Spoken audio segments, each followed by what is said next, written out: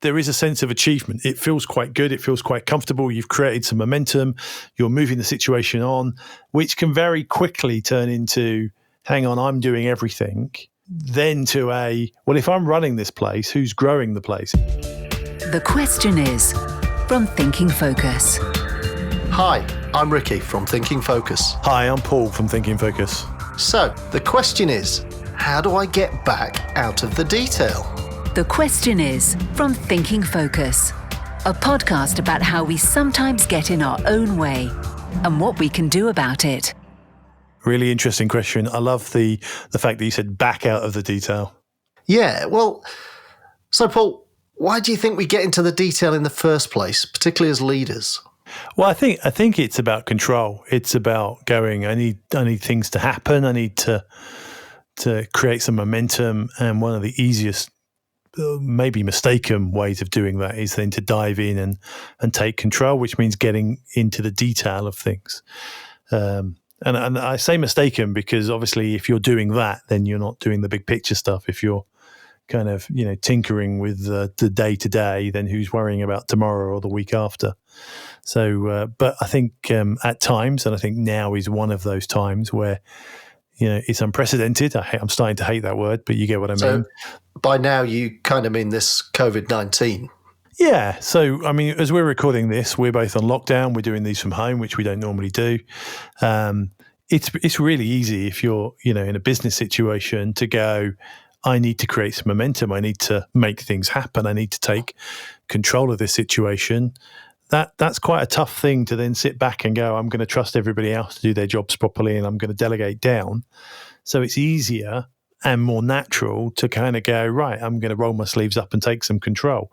And there is some logic behind that, by the way. It's not as simple as going, well, that's me being kind of, some evil genius going, I control everything.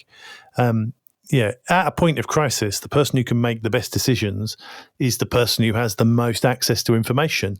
More senior people have lots of people giving them information. If I run one team or one department, I might not have all the information I need to know to make the key decisions I want to know. But the people above me get to see my point of view and my peers and my colleagues' point of view. So they've got more data coming to them, therefore they're better equipped to make those decisions. So they'll have a wide range of data. Yeah. And of course, they're the ones, like you say, best placed to interpret all of the data in order to make a more coordinated decision in terms of the way forward. And the other side is sort of recognizing that best will in the world, even if you have this wide pool of data and you've got all this information, chances are you have nowhere near enough to make a perfect decision. So, in a crisis situation, in a difficult situation, you're making imperfect decisions. Now, some people don't like making imperfect decisions, so we tend to push them up because we don't want to get it wrong. One of the reasons why it ends up being the most senior people taking control. But the other side of it is, there's a level of uncomfortableness to it, to make a decision knowing that it may be right, wrong, or indifferent, but it's the best decision you can make at that point in time. You only need to look at the way we treat our national leaders, the way we treat, senior politicians. We're already, 4 or 5 weeks into lockdown, looking back and going, why did they do that 5 weeks ago? And the answer was because they didn't have all the information you've got now. So 5 weeks ago, that looked like the best decision they could make. It's dead easy to make decisions in hindsight. Yes. Because we know what the outcomes are. And so that's why control tends to go up to senior people, because there's an uncomfortableness about the decision making. We need access to more data, and that tends to be more senior people. And to a certain extent, more senior people need to create momentum. So they're trying to push some speed. And the quickest way of doing that is to take it back on yourself and go, right, okay, we'll do this then. So what we're really saying is, in the short term, actually getting into the detail, understanding what's going on, taking control, perhaps injecting a little bit of urgency, getting things moving is a good thing. But what about the impact over the medium term? Well, before I get into the medium term, I think it is a good thing. I think it's also unavoidable. So it's quite a normal thing to do. Oh, okay. Because actually you may not have the time to get everybody together and go, let's talk this through, and I'll wait till you're ready, and you're not sure. Well, why don't you go away and think about it? You may not be in that luxurious situation, But like you say, then in the medium term, what actually happens is the few people who are now making all the decisions very quickly become overwhelmed, because that decision-making process, more and more stuff's going to come to you.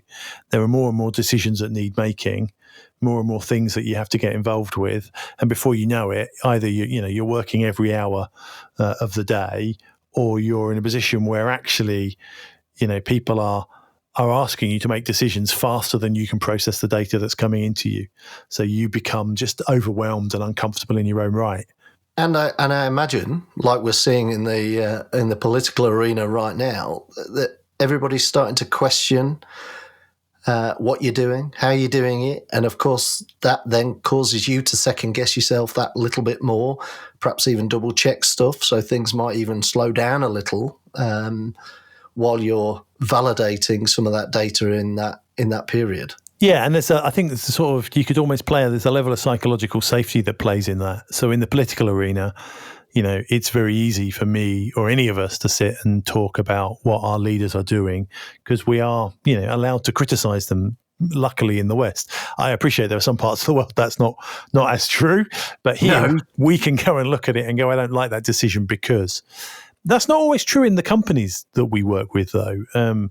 There are organizations that we've worked with and possibly for, where that doesn't happen openly. It happens behind closed doors. It's quiet conversations in corridors. And that, again, is quite destructive, because it's damaging the long-term trust in the leadership of that organization, whether that be at a divisional level or a group level or, at different parts of the organization. People are starting to want to question things and not put that trust in, because they're not feeling enabled or empowered to be part of the decision-making process. So I think to take it away in a really short period of time because there's a crisis is only natural. But the longer-term impact of taking it away, you start to disempower people. They're going to become disengaged, aren't they? Yeah. And actually, they could become reliant on your decision-making process. There's this concept of learned helplessness. We may be accidentally teaching people beneath us not to make decisions, not to get involved, not to try and sort things out for themselves, but just to push every decision upwards. So actually, the long-term impact could be huge. And the more time we spend doing their job for them, the less likely they're going to do it. And likelihood is we're going to spend longer days in dealing with not just our work, but their work as well. So we end up doing their job as well as our own. Yeah. And I think it's kind of one of these weird things, isn't it? Because when you first start doing it, there is a sense of achievement. It feels quite good. It feels quite comfortable. You've created some momentum. You're moving the situation on. There's almost a little bit of, underpants outside of trousers and being the hero in the crisis, which can very quickly turn into, hang on, I'm doing everything. Then to well, if I'm running this place, who's growing the place? Who's doing the bigger picture thinking? Who's doing the leadership role? Because I've gone from being the leader to being, chief mechanic, organ grinder, and possibly the monkey, all in one go. Well, that's really interesting, because that kind of leads us on to a logical next question then that says, so as a leader, how do you know when to stop? And the answer is that's really tough, isn't it? In a crisis situation, how do you know when it's ready to hand it back? But there's two things to think about here. One is, at what point do you feel like you've normalized the crisis? So at what point do you go, the conversations you're having, the way you're interacting, you're not really dealing with a crisis. You've kind of, it's a bit like, that sort of old thing about the big, the Titanic or something. At the point you're pointing at the iceberg, it's perfectly okay to go, I'm in charge, I'm giving all the instructions. But there's a point when you're not pointing at the iceberg anymore, where you're still feeling anxious and the blood is pumping and you're feeling a bit like, whoa, that was close. But at that point, you actually need everybody to get on with their own jobs. And if you're directing everything, then what are the kitchens doing and what are the entertainment doing?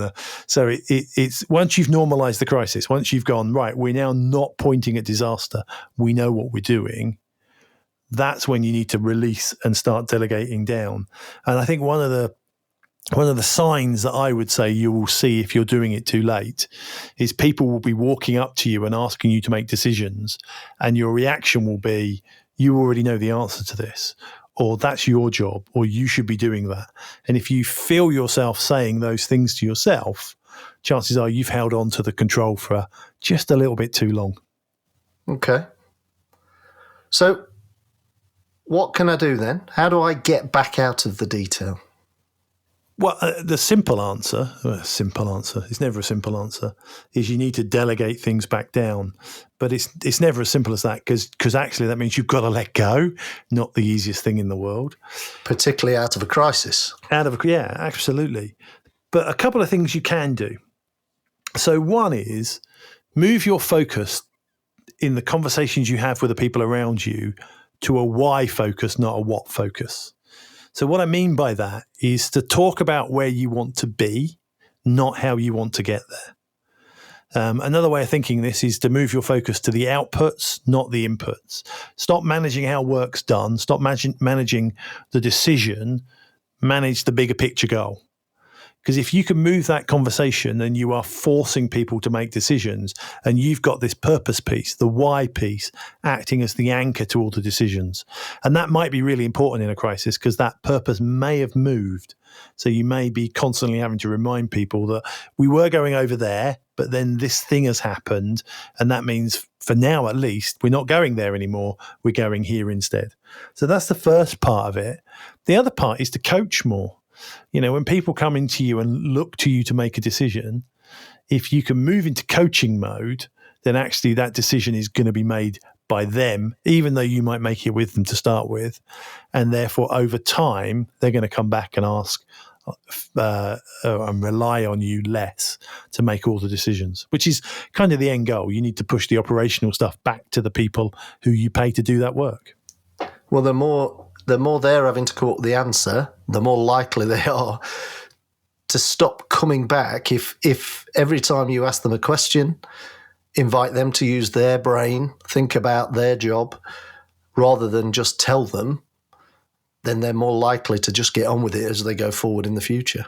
Yeah, and obviously recognising that sometimes the most senior person is not the most equipped, experienced or expert in that topic to make the decision. That, you know, some of the people we have working for us are there because they're better at that little bit than we are.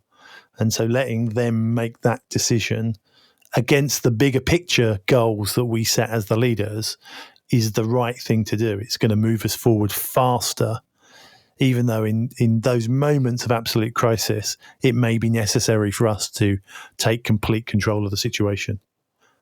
Okay. So to summarize then, what we're really saying is if you want to get back out of the detail, you need to focus on the goals, but focus more on the outputs, not on the inputs. Ensure that you focus on the why and not the what. So really consider what the purpose is. Delegate your decisions. And of course, use coaching. Get your people to do the thinking. And that will help them to become more self-sufficient, and you'll start to elevate yourself back up, focus on the strategy and the future direction of the organisation, which is where you need to be. Yeah, and absolutely, you wean yourself off the drug that is that decision-making, crisis management piece that does, let's be honest, at times feel quite good. Yes. Okay, Paul, thank you for that. Thank you. To find out how Thinking Focus can unlock the potential within your organisation, go to www.thinkingfocus.com, where you'll discover more about the work we do, helping our clients increase productivity and enable change.